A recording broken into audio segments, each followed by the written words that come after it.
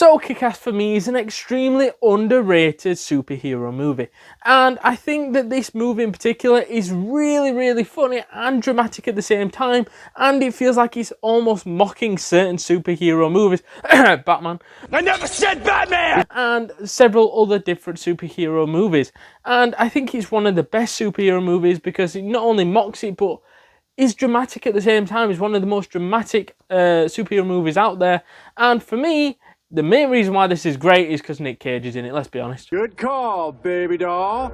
Yeah, let's be honest, his character was a little bit weird in this film, but it was still enjoyable with him in this film. And the whole movie being surrounded by Damon McCready and his revenge on Franco D'Amico is brilliant. As Frank set up Damon a long time ago for drug dealing, and he was a police officer at the time, and since he was sniffing around Frank D'Amico, he was like, let's just set him up, let's put him away, like he's trying to put me away and the rest of it.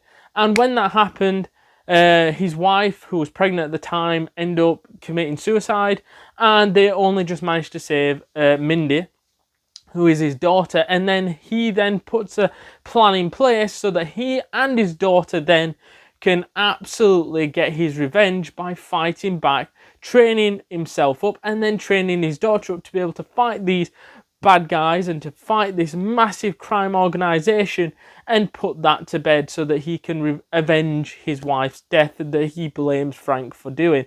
And I think that was brilliant, following through the eyes of Big Daddy, who looked like just like fucking Batman, I'm not gonna lie, and also Mindy, Hit Girl, which were two great superheroes. Although this movie is called Kick-Ass, it doesn't feel like we're watching him kick ass that very often. It feels like he's getting his ass kicked, and it really shows the true struggles of being a superhero, and the fact that you can't just go, I'm going to put a mask on or a cape on, do whatever, and then become a superhero. It's not that fucking simple. For a start, most of these superheroes in the comics have got special powers.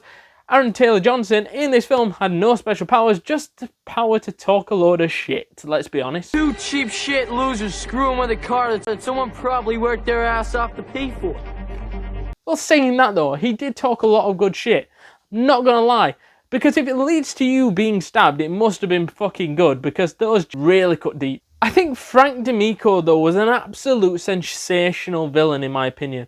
Everything about him, his organisation, felt undefeatable, felt like the Empire was never going to come crumbling down because his power was so vast and so great, and every time we saw him on screen, it just made me want to hate him more. He felt like the biggest super villain type of person that you could imagine. I think it was sort of like a play on Kingpin, because that's what it seemed to be, that sort of Kingpin level of villain. Who didn't really have any powers, is just a big, powerful motherfucker that knows how to fight. And that's the best way of describing Frank D'Amico in this film. And also what I would say about this particular movie is that it feels different from many other superhero movies. As there's not many superhero movies out there where you genuinely think or fear the most for your superheroes. In the movie, we see Kick-Ass get stabbed. We see people get fucking tasered. We see everything with our favourite superheroes. That isn't something that we typically see in superhero movies, the superhero getting their ass kicked. And we do with Kick-Ass, we do with Big Daddy at points, and we do with Hit Girl. It happens. And I think that normally with superhero movies, you see this gloss over them. They rarely get a mark on them. Yeah, sometimes if you're Iron Man, you might get a scratch or a cut here or there.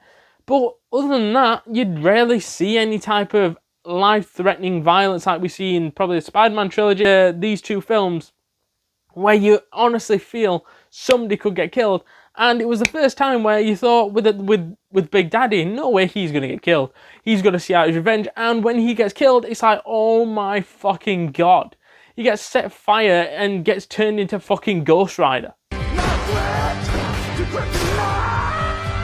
The ending of Mindy and Dave teaming up at the end of the movie was absolutely fantastic and lovable. I felt this came through on screen, the chemistry between the two was fantastic, and I also think it was great seeing Mindy avenge her father's death by taking on Frank D'Amico and his organisation, fulfilling the destiny which obviously Big Daddy had set up for them, and this pathway to defeat this massive shitty organisation. And also we see Dave trying to make up for the fact that he was the reason Big Daddy got killed. He was the reason for the massive shit that went on with Kickass as so-called unmasking, then gets brutally battered to shit, and the fucking setting fire of Big Daddy. That all happened because Kickass took Red Mist to the lair of Big Daddy, and this Red Mist fella, oh yeah, was Chris D'Amico, Frank D'Amico's son, and he didn't have a fucking clue and managed to fucking ruin the whole plan of action. And I think that was fantastic. I think it was great. I think that ending was fantastic, juicy.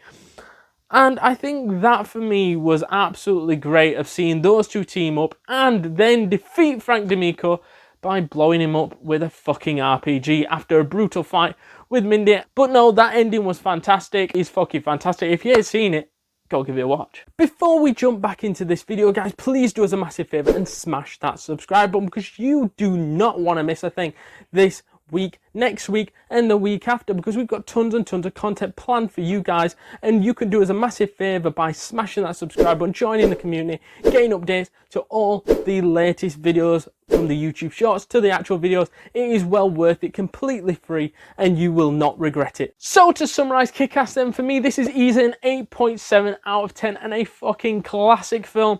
If you ain't seen it, you definitely need to give Kickass a watch, because you will enjoy it. It is fantastic. And if you haven't seen our review on Venom: Last Dance, check that out right now.